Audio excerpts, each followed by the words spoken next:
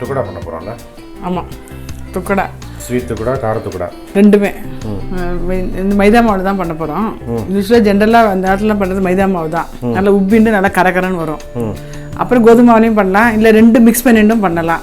அது நம்ம போட்டிருக்கோம் எல்லாமே. இது வந்து மைதா மாவில் போட்டு காமிது. யூஸ்வலாக தீபாவளிக்கு வந்து இந்த மைதா மாவு போட்டு தான் பண்ணுவாள். ஸோ அதுக்கு வந்து மைதா மாவு வந்து 3 அழாக்கு எடுத்திருக்கேன். இந்த அழாக்கில் 3 அழாக்கு. சர்க்கரை என்ன கணக்குன்னா, ஒரு அழாக்குக்கு 1/4 கப்பு. ஒரு கப்பு மைதா மாவு எடுத்துட்டா 1/4 கப்பு வந்து சர்க்கரை. ஓகே. அது வெண்ணெய் வந்து கொஞ்சம் ஜாஸ்தியாக போட்டால் நல்லா கொஞ்சம் வந்து இந்த ஸ்வீட் வந்து கொஞ்சம் கனமாக இடணும், காரம் வந்து கொஞ்சம் லேசாக இடணும். ஸோ அதனால் ஸ்வீட்டுக்கு வந்து அளவு வந்து 1 கப் மைதா மாவுக்கு 1/4 கப் சர்க்கரை. நல்லா ஒரு 50 கிராம் எடுத்துக்கலாம் ஒரு கப்புக்கு வெண்ணெய். இப்போ நான் 3 கப்புக்கு 150 கிராம் கிட்ட வெண்ணெய் எடுத்துட்டுருக்கேன்.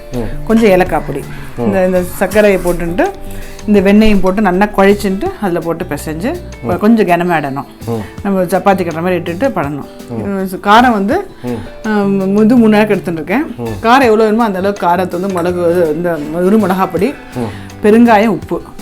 இதுக்கு வந்து என்னென்னமோ போடுவா. சில பேர் வந்து மிளகு ஜீரகம் போடுவா, சில பேர் இஞ்சி அரைச்சி போடுவா, சில பேர் வெறும் பச்சை கொத்தமல்லி பச்சை மிளகா அரைச்சி போடுவா.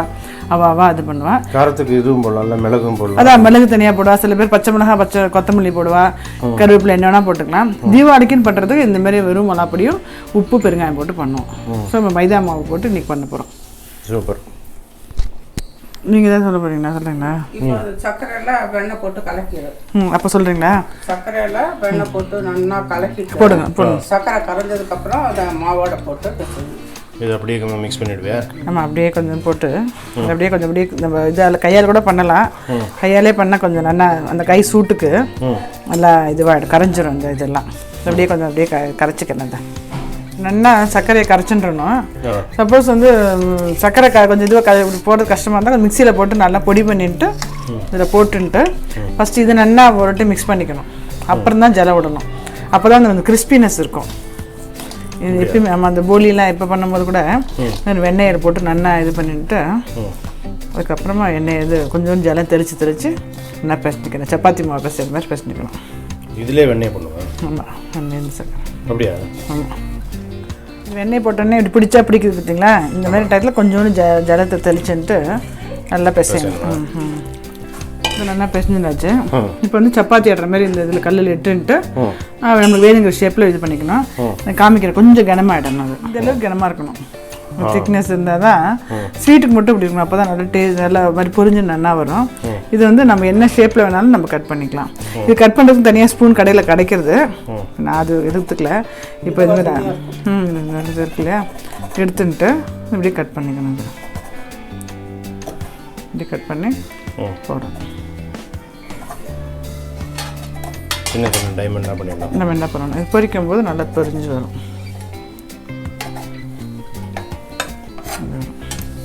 கட் பண்ணியிருக்கோம் இல்லையா, அடுப்பில் வந்து சிம்மில் வச்சுட்டு போட்டு சாதாரணமாக போட்டு எடுக்கணும். ரொம்ப ஈஸியானது. இது நல்லா வரும், நல்லாயிருக்கும். இது இல்லாமல் தீபாவளி கிடையாது. மைதா மாவாக இருந்தால் கூட அப்படியே பழகிடுது. தீபாவளி டயத்தை மைதா மாற்ற கூட சாப்பிட்டு தான். நம்ம கோதுமை மாவுலேயே பண்ணியிருக்கோம். பண்ணலாம், இதில் வேணால் பண்ணலாம். பட் அது வந்து மைதா மாவு என்னமோ அப்படி பழகிறதுனால மைதா மாவே போட்டேன் இன்றைக்கும். ட்ரெடிஷ்னலாக மைதா மாவு தான் போட்டு பண்ணுவாள். ஆமாம், அது ஸ்வீட்டும் கம்மியாக இருக்கிறதுனால ஒன்று உடம்புக்கு பார்த்தா ஈஸி வேறு பண்ணுறது. ஈஸியாக டக்குன்னு பண்ணிடலாம். நிறைய கனுசம் காணும் வேறு, நிறைய அட்வான்டேஜ் பண்ணுறதுனால. அதான் 2 கூட சாப்பிட்டு அக்கடான்னு உட்காந்துக்கலாம். ஆமாம். இது இன்றைக்கி இப்போ இது தீபாவளி அன்றைக்கி நம்ம வந்து லட்சுமி குபேர பூஜை பண்ணுவோம். ஆமாம். அது கொஞ்சம் குபேரனை பற்றி கொஞ்சம் சொல்லுங்களேன். குபேரனை பற்றி சொல்லுங்களேன். அந்த குபேரன் அப்படிங்கிறது வந்து இந்த பிரம்மாண்டல்ல, பிரம்மாவுக்கு பேரன். அவன் வந்து ஒரு அரக்கனோட பொண்ணை கல்யாணம் பண்ணியிருந்தார். பிரம்மாவுக்கு பேரன் அரக்கனோட மகளை வந்து கல்யாணம் பண்ணுற மாதிரி ஆயிடும்.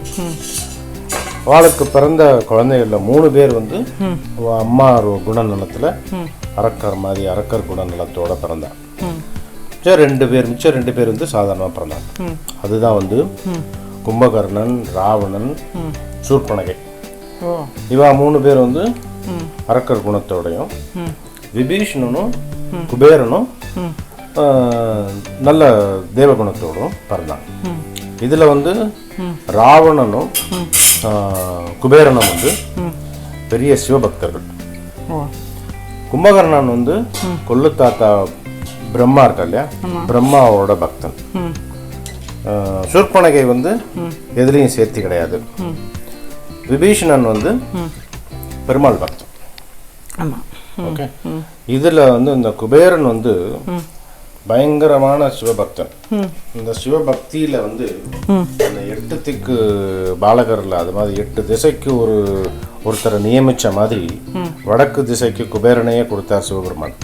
பெருசாக பாவம் பண்ணாதவாளுக்கும் உழைக்கிறவாளுக்கும் செல்வத்தை கொடுன்னு கட்டளையிட்டுருவார் சிவபெருமான். மகாலட்சுமி வந்து 8 சக்தியை வந்து 2 வாலிபர்களுக்கு பிரித்து கொடுத்து, அது வந்து சங்கநிதின்னு ஒன்று, பத்மநிதின்னு ஒன்று, 2 வாலிபர்களுக்கு பிரித்து கொடுத்து அந்த 2 பேரை தான் வந்து குபேரன் வந்து அவருடைய கணக்கு பிள்ளையா வச்சுட்டார். ஆமாம், அந்த 2 பேர் மகாலட்சுமி இருக்கிற 8 சக்தியுமே வந்து அந்த 2 பேர்ட்டையும் இருக்கும். ஒன்று வந்து சங்கநிதி, கையில் சங்கு இருக்கும். இன்னொன்று வந்து பத்மநிதி, கையில் தாமரை இருக்கும். அதனால தான் இன்றைக்கும் சங்கும் தாமரையும் வந்து செல்வத்தோடைய அறிகுறி அடையாளம் அப்படின்னு சொல்லுவாள். ஸோ இந்த மாதிரி இருக்கும்போது ஒரு தடவை என்ன ஆகும், ராவணன் வந்து குபேரன்ட்டு இருக்கிற செல்வத்தெல்லாம் பிடிங்கிடும். ஓகே, இவருக்கு வந்து குபேரனுக்கு வந்து செல்வம் எல்லாம் காணப்படும். ராவணன் வந்து தூக்கின்னு போயிடும். அப்போ வந்து தஞ்சாவூர் பக்கத்தில் இந்த பிரகதீஸ்வரர் பெரிய கோவில் இருக்கு இல்லையா, பெரிய கோவில் கட்டுறதுக்கு முன்னால ஒரு சிவன் கோவில் இருந்ததான். நேர குபேரன் போய் அந்த திருப்பி அந்த சிவன்கிட்ட போய் தஞ்சம் அடைஞ்சாராம். செல்வத்தெல்லாம் அபகரிச்சுன்னு போயிட்டான் ராவணன், எனக்கு திருப்பி வேணும் அப்படின்னு சிவன்கிட்ட தஞ்சம் அடைஞ்சு சிவபெருமான் வந்து திருப்பி செல்வத்தை வந்து ஐப்பசி அமாவாசைக்கு குபேரனுக்கு மீட்டு கொடுத்தாராம். அதனால தான் இந்த ஐப்பசி அமாவாசைக்கும் அடுத்த நாளும் வந்து இந்த குபேர பூஜையை பண்ணுவோம். தீபாவளி அன்னைக்கு அடுத்த நாளும் இந்த லக்ஷ்மி குபேர பூஜை பண்ணுவோம். லக்ஷ்மி ஏன் பண்ணுறோம், லக்ஷ்மி குபேர பூஜைனா லக்ஷ்மியோடைய செல்வங்கள் 8 சக்தியுமே அதில் அடங்கியிருக்கு. இந்த குபேரன் வந்து அன்னைக்கு ஐப்பசி அமாவாசை அன்னைக்கு சிவபெருமான்கிட்ட வந்து தஞ்சம் அடைஞ்சு அவருடைய செல்வத்தெல்லாம் திரும்பி பெற்றனால அதை வந்து ஐப்பசி அமாவாசைக்கு பண்ணுவோம். பெருமாள்கிட்ட போய் சிவபெருமான்கிட்ட போய் தஞ்சம் அடைஞ்சு அந்த செல்வத்தெல்லாம் திருப்பி வாங்கினதுனால அந்த ஊருக்கு பேர் தஞ்சாவூர், தஞ்சம் அடைந்த ஊர். தஞ்சபுரீஸ்வரர் அப்படின்னு சொல்லுவார். குபேரபுரீஸ்வரர்னு சொல்லுவார். தஞ்சபுரீஸ்வரர் அப்படின்னா ஆக்சுவல் பேரு. தஞ்சம் அடைஞ்சனால தஞ்சை, தஞ்சாவூர் அப்படின்னு வந்தது. ஐப்பசி அமாவாசைக்கு நம்ம பண்றது வந்து நமக்கு நம்மகிட்ட இருந்து போன செல்வமும் திரும்பி வரும் அப்படின்னு ஒரு நம்பிக்கை. அதனால வந்து லக்ஷ்மி குபேர பூஜை பண்ணுவோம் அந்த தீபாவளிக்கு. நம்ம போட்டிருக்கோம் லக்ஷ்மி பூஜை எப்படி பண்ணணுன்றதை போட்டிருக்கோம். அந்த குபேர கட்டம், குபேர கட்டம்ங்கிறது ரொம்ப சக்தி வாய்ந்தது சொல்லியிருக்கோம். எவ்வளோ ஒரு இந்த கரெக்டுலேஷன்லாம். ஆமாம், இது வந்து என்னைக்கு கரெக்டாக எக்ஸாக்ட் டைம் வந்து நான் பார்த்துட்டு சொல்லுவோம், நெக்ஸ்ட் வீடியோவில் சொல்லுவோம். ஆமாம்,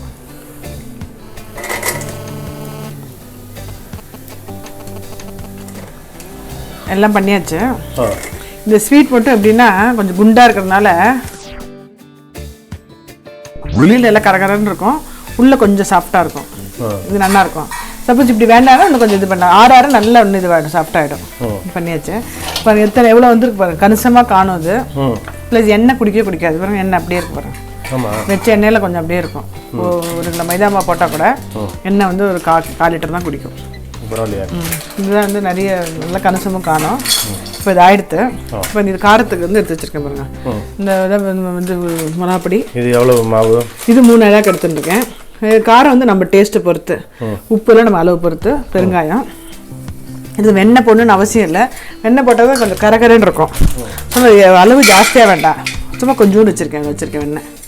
வெண்ணையும் போட்டு எல்லாத்தையும் நல்லா பிசைஞ்சு தண்ணியை தெளிச்சுட்டு ஃபஸ்ட்டு வெண்ணெய் ஒரு 25 கிராம் இருக்கும்ல? ஆமாம், 25 கிராம்ஸ் இருக்கும். 3 அழகு மாவுக்கு 25 கிராம் வெண்ணெய், 2 டீஸ்பூன் மிளகாத்தூள். ஆமாம், சப்போஸ் வெண்ணெய் இல்லைன்னா கூட கொஞ்சம் இந்த சுடுற எண்ணெயை கொஞ்சம் விட்டுனா கூட மொறுன்னு வரும். ஓகே, இது வந்து இப்போ நல்லா பிசைஞ்சிட்டு இதெல்லாம் அந்த வெண்ணெய் கரைஞ்சதுக்கப்புறம் ஜல்ல விட்றேன். ஸ்வீட்டு காரம் பண்ணும்போது ஃபஸ்ட்டு ஸ்வீட் பண்ணிட்டுறணும். ஏன்னா இந்த மிளகா உப்புலாம் எண்ணெயில் இறங்கினு வச்சுங்களேன், எண்ணெய் கலர் மாறிடும். அதனால் ஃபஸ்ட்டு ஸ்வீட்டை பண்ணிவிட்டு அப்புறம் காரம் பண்ணணும். அப்படியா? சில பேர் இப்போ லோக்கல் கொஞ்சம் லோக்கல்னா எண்ணெயெல்லாம் சில பேர் நல்லா இருக்க மாட்டேங்குது இல்லையா? ஸோ அந்த மாதிரி எண்ணெய் கொஞ்சம் பொங்கின்னு வந்தது அப்படின்னா எண்ணெயில் பட்சணம் பறிக்கும்போது துளின்னு புளியை உருட்டி போட்டுருணும். அப்போ அது பொங்காது. சப்போஸ் நெய் விட்டால் கூட அது எண்ணெய் பொங்கும். சப்போஸ் நெய் எண்ணெய் கலந்து விட்றோம் இல்லையா? அது கிருஷ்ண ஜெயந்திக்கெலாம் பண்ணோம்ல, சில பட்சணத்துக்குலாம் அப்படி நெய் வாசனை வரணும்னு பண்ணோம்னா கூட பொங்கும். அந்த டயத்தில் என்ன பண்ணணும்னா கொஞ்சோண்டு புளி போட்டுக்கணும். எவ்வளோ புளி? துளியோண்டு ஒரு நெல்லிக்காய் சுண்டைக்காலும் போட்டால் கூட போதும். போட்டோம்னா அது எண்ணெய் பொங்காமல் இருக்கும் கொஞ்சம். சூப்பர். எட்டுனாச்சு. இது வந்து நல்லா கொஞ்சம் இது வந்து மெல்லிசாக இடணும். அது வந்து நல்லா கனமாக இருந்தது இல்லையா? இது வந்து நல்லா மெல்லிசாக இட்டுன்ட்டு அதே மாதிரி என்ன ஷேப் என்னமோ கட் பண்ணிட்டு பொரிக்க வேண்டியதான். ஓகே, கட் பண்ணிக்கிறேன். எப்பவுமே துக்கடா வந்து டைமண்ட் ஷேப்பில் தானே போடுவோம். டைமண்ட் ஷேப் தான் இப்போ குழந்தைல ஆசைப்பட்டு தான் ரவுண்ட் ஷேப்பும் போடலாம். நம்ம இஷ்டம் தான். ஓகே. திக்னஸ் பார்த்தீங்கன்னா இந்த அளவுக்கு திக்னஸ் எடுத்துக்கணும். இது கம்பேர் பண்ணும்போது ஸ்வீட்டை கம்பேர் பண்ணும்போது காரம் வந்து கொஞ்சம் மெல்லிசாக கொஞ்சம் தின்னாக இருக்கணும்ல, கொஞ்சம் மெல்லிசாக இருக்கும். நம்ம காரத்துக்குடா நல்லா இருக்கும் அது சாப்பிட்றதுக்கு. தீபாவளி ரொம்ப சிம்பிள். இந்த காராபந்திக்கும் சரி துக்கடாக்கும் சரி கொஞ்சம் நல்லா பெரிய ஹை ஃப்ளேமில் கொஞ்சம் வச்சுட்டோம்னா போட்டோடனே அப்படியே நல்லா உப்பிண்டு வரும். அப்படியா? இதே கோதுமை மாவில் பண்ணால் அப்படி உப்பு வராது. கோதுமாலே வரும். இந்த இடத்துல அப்படி உப்பிண்டு இருக்குது பார்த்தீங்கன்னா இப்படி இருக்கும். இப்படி தான் அப்படி உப்பிண்டு இருக்குதுன்னா ஜென்ரலாக இது வந்து மைதா மாவுலேயும் கோதுமை மாவுலேயும் பண்ணுவாங்கல்ல? ஆமாம், கோதுமை மாவு துக்கடா பண்ணுவோம். நம்ம தீபாவளிக்கு மைதா மாவு தான். இந்த நாள் ஈவினிங் ஸ்நாக்ஸ் பண்ணுற டயத்தில் வந்து கடலை மாவு இந்த கோதுமை மாவு பண்ணலாம், மிக்ஸ் பண்ணி பண்ணலாம். இதில் நம்ம என்ன வெரைட்டிஸும் பண்ணிக்கலாம். கருவேப்பிலை கொஞ்சம் அரைச்சி விட்டு, இல்லை கொத்தமல்லி கரைச்சி விட்டு என்னென்ன பண்ணலாம். இது வந்து பேர் சொல்லுவோம். என்ன பேர் சொல்லுவோம்? இது வந்து நம்ம இதில் வந்து சவுத்தில் வந்து நம்ம தமிழ்நாட்டில் வந்து துக்கடாமோ, நார்த்தில் அது பேர் வந்து நமக் பாறை. நமக் பாறை. இது ஸ்வீட்டுக்கு என்ன சக்கரை பண்ணணும்? ஷக்கர் பாறை. ஷக்கர் தான் சக்கரை. ஷக்கர் பாறை இல்லைன்னா சங்கர்பாளி. சங்கர்பாளி கர்நாடகா. சங்கர்பாளிங்கிறது மகாராஷ்டிரா. அங்கே இங்கே கர்நாடகா தானே சொல்லுவாங்க. கர்நாடகாவிலையும் சங்கர்பாளி தான் சொல்லுவாங்க. ஸ்வீட் துக்கடா சங்கர்பாளி. இதே கொஞ்சம் இது வந்து சக்கர் பாறைன்னு இது இந்த ஸ்வீட் இது பண்ணி மேலே வந்து சர்க்கரை அப்படி கிழிப்பாங்க. அது அப்படியே பண்ணுறாங்களா? ஆமாம், சக்கர் பாறை. அதுவும் டீ டைமுக்கு ஜென்ரலாகவே சாப்பிடுவாங்க. தீபாவளி டைமில் பண்ணுவாங்க. ஷக்கர் பாறை நமக் பாறை. என்ன பார்த்தீங்களா? அப்படியே இருக்கு பார்த்தீங்களா? ஆமாம், என்ன குடிக்கலாம். 1200. இது வந்து காரம் நமக் பாறை. காரத்துக்குடா. காரத்துக்குடா அது இனிப்புத்துக்குடா. இது வந்து இனிப்புத்துக்குடா. ஷங்கர் பாறை. ரெண்டு நல்லா கரகர நல்லா இதுவாக இருக்கும். சாப்பிட்டா ஒரு ரெண்டு நல்லா பெரிய சத்தம் கேட்குதா?